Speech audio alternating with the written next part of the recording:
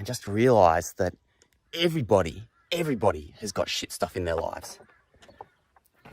And the more that we just hone in and focus on that good stuff, the stuff that we love, the luckier we feel to have whatever it is that we have.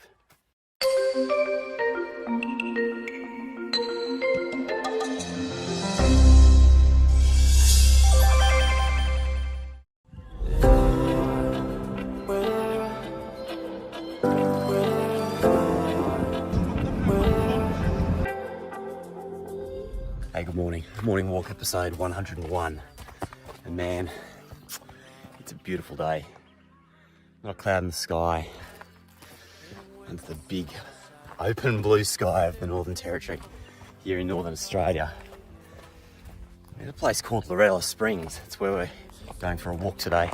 It's described by a friend of mine back in Sydney as like the best place in Australia. And if you love your four-wheel driving or fishing, camping, anything to do with the outdoors essentially, it's definitely like paradise here.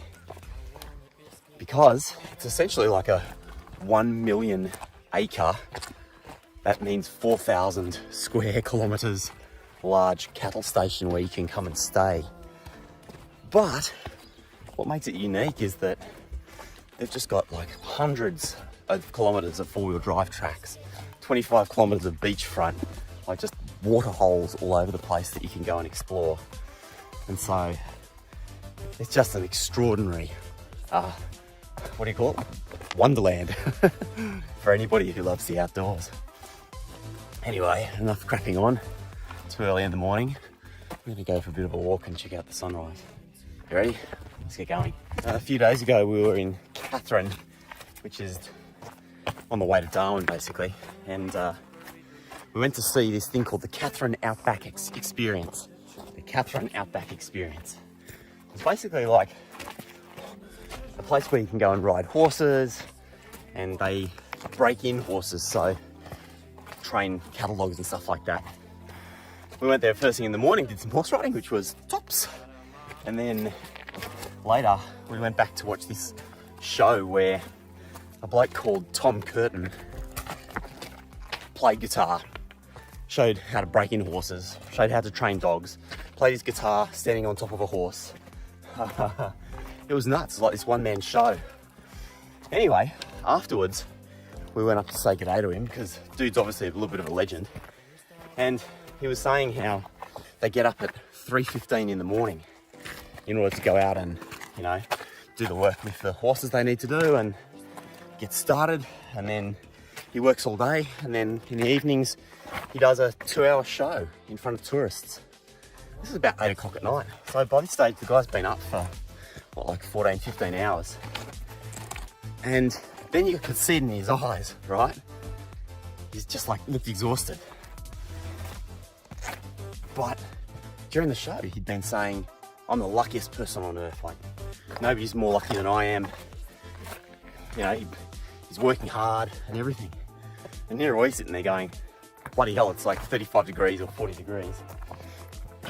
This guy's been working for 15 hours and he's calling himself lucky. Like, what's all that about?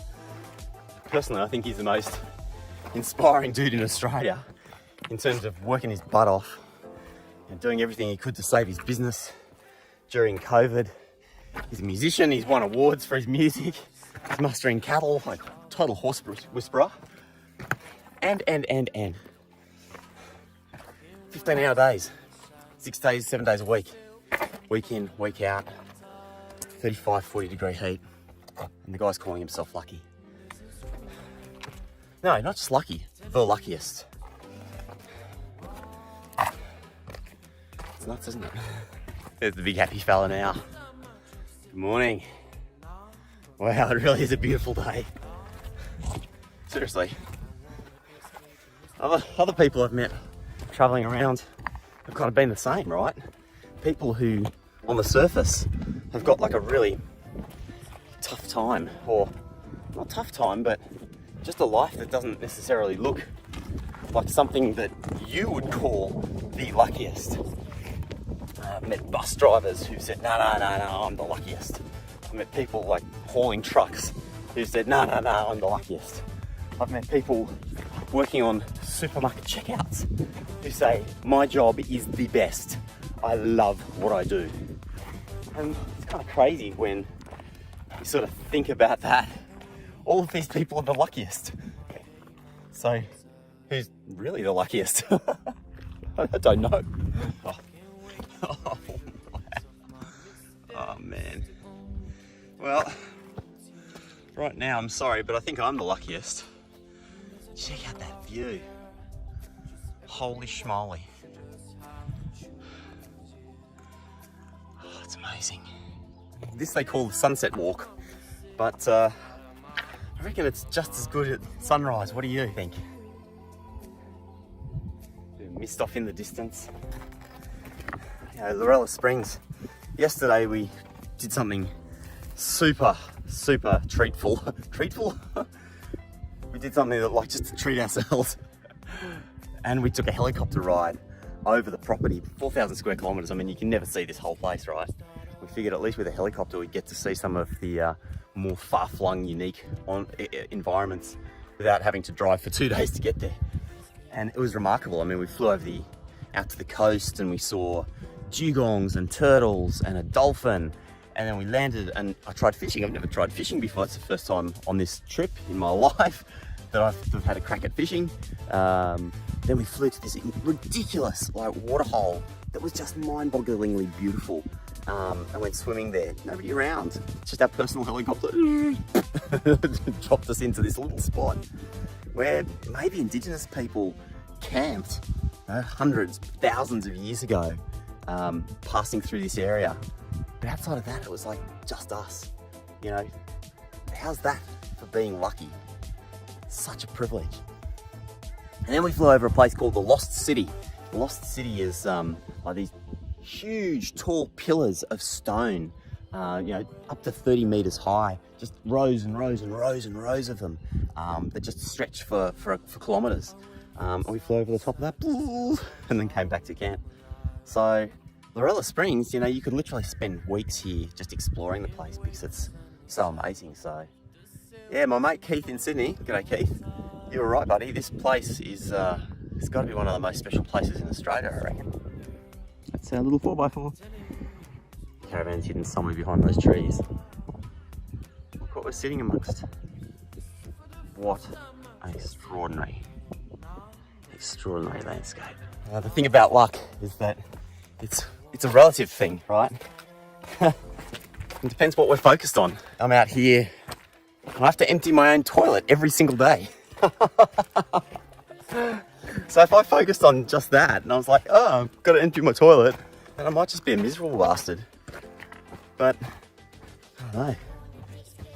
You just focus on the good stuff, right? Amazing sunrises, stars at night, that sort of stuff. It's like Tom. Guy works harder than any man on the planet. Even that's not quite true, but works very fucking hard. He could focus on the fact that he's exhausted at the end of every day and that, you know, you have to work so hard just to save the business, you know, in really tough times. You can focus on the flies and the fact that it's super freaking hot. But he doesn't. He focuses on the fact that he gets to work with amazing animals and that at the end of every day, he can be satisfied that he's worked a hard, full day doing his best. And as a result, he can feel like he's the luckiest. Just like we can feel like we're the luckiest. Because it's all relative. Bus driver, you know, the person standing on the side of the road with a lollipop stick. All those people working tough jobs can all feel like they're the luckiest too. Because it's relative. It depends what we focus on. So, today, the key is like, just be grateful, right? Whatever it is that you do, if you don't feel like you're the luckiest, then look at what's good in your situation. Think about the things that you can be grateful for and just hone in on those with like laser appreciation. And just realize that everybody has got shit stuff in their lives. And the more that we just hone in and focus on that good stuff, the stuff that we love, the luckier we feel to have whatever it is that we have. Yes, somebody owns all of this.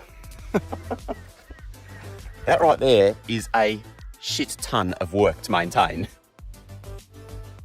But it's also probably one of the biggest privileges there is out there.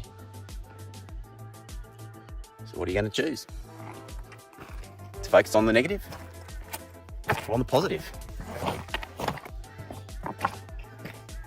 Whatever you're getting up to today, I hope it's a good one. Or at least there's enough good stuff in there that you can focus on it and feel like you've had a great day anyway. I'll see you next time on the morning walk. Thanks for joining me. Have an awesome day.